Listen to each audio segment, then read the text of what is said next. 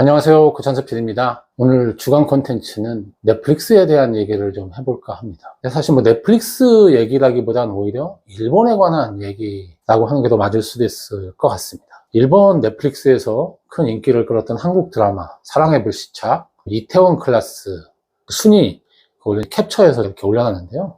무슨 얘기를 드리려고 하냐면은 제가 며칠 전에 일본에서 온 대학생들을 상대로 K-팝하고 K-드라마 관련된 강의를 했습니다. 그 자리에서 이런저런 얘기를 좀 나누면서 여러 가지 생각을 좀 했는데요. 사실 제가 이제 방송사에 입사한 지도 벌써 20년이 훌쩍 넘었습니다. 저는 1995년에 KBS의 예능 PD로 입사를 해서 이제 예능 콘텐츠 제작을 해왔었는데요. 제가 방송사에 입사했을 때만 해도 그 당시에 한국 방송은 대부분 일본의 방송을 하나의 롤모델처럼 생각을 해서 일본 방송을 보고 상당히 많은 영향을 받았던 그런 시기였습니다. 그런데 이제 20년이 훌쩍 지난 지금 일본 학생들이 한국에 와서 K-팝 하고 K-드라마 관련된 강의를 듣고 배우려고 하는 걸 보고 묘한 감정이 생기더라고요. 그 20년 사이에 무슨 일이 있었던 걸까? 완전히 180도 환경이 변하게 됐다라는 얘기를 하고 싶어서 이 주제를 선택을 해봤습니다. K-팝의 경우는 유튜브라는 플랫폼이 굉장히 큰 기여를 한 것으로 보여집니다. K-팝이 지금 아시아권을 넘어서 세계적인 콘텐츠가 된 데는 유튜브라든지 트위터 이런 SNS가 굉장히 큰 역할을 했고요. 근데 드라마는 조금 다른 것 같아요. 음악이라고 하는 거는 오디오가 비디오에 비해서 용량도 작고 가볍기 때문에 유튜브라든지 SNS를 통해서 많은 사람들이 볼 수 있게 하고 가능한 그런 콘텐츠라는 드라마는 짧아도 2, 30분 길으면 1시간이 넘고 이렇게 많은 회차를 다 봐야 하기 때문에 이걸 SNS로 해서 퍼나르기는 쉽지 않습니다.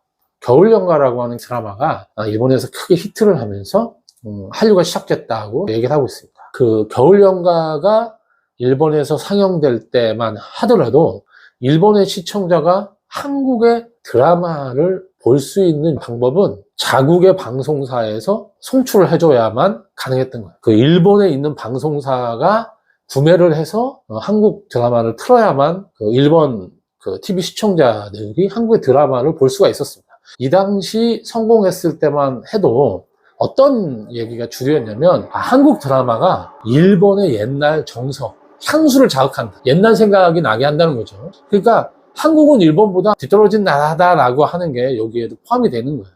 드라마가 좋아서 라는 말을 한 게 아니라 향수를 자극했다라는 표현을 썼습니다. 그런데 최근은 좀 달라졌어요. 최근에 방송 환경이 한국뿐 아니라 일본에서도 많이 변한 게 넷플릭스라고 하는 새로운 플랫폼이 등장을 하는 거예요. 전 세계 컨텐츠를 내가 보고 싶은 거는 넷플릭스에서 볼 수 있는 세상이 됐다는 거죠. 그래서 일본의 시청자들이 방송사에서는 한국 드라마를 틀어주지 않았는데 넷플릭스 가가지고 사랑의 불시착하고 이태원 클라스를 볼 수 있게 된 겁니다.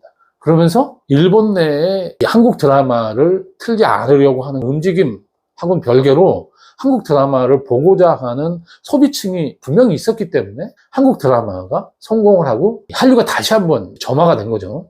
그리고 일본 넷플릭스에서 시작된 일본의 한국 드라마 열풍이 지금까지도 계속되고 있습니다. 한국 드라마들이 이제는 일본 넷플릭스에서 높은 순위를 차지하는 게 당연한 그런 상황이 되어버렸어요. 콘텐츠 소비자들에게 한국 드라마는 굉장히 경쟁력 있는 콘텐츠로 자리를 잡은 거죠. 넷플릭스라고 하는 거는 지금 한국 콘텐츠가 전 세계 시장으로 나가는데 굉장히 중요한 플랫폼 역할을 해주고 있습니다. 여러 가지 시도를 열심히 해보면 플랫폼도 한국의 사업자들이 만들어낸 플랫폼이 전 세계 소비자들에게 사랑받는 그런 날이 또 올 수도 있을 거라고 생각을 합니다. 어쨌든 K 콘텐츠가 전 세계에서 사랑받는 세상이 됐다는 거가 콘텐츠 산업, 한국의 콘텐츠 산업에 종사하는 한 사람의 PD로서 굉장히 기분 좋은 일이라고 생각이 들고요. 자, 과거에 TV의 영향력이 절대적이었던 그런 드라마 콘텐츠가 이제는 OTT로 시장 환경이 변해가면서 일본 시장에서의 한국 드라마 열풍이 다시 불게 됐다.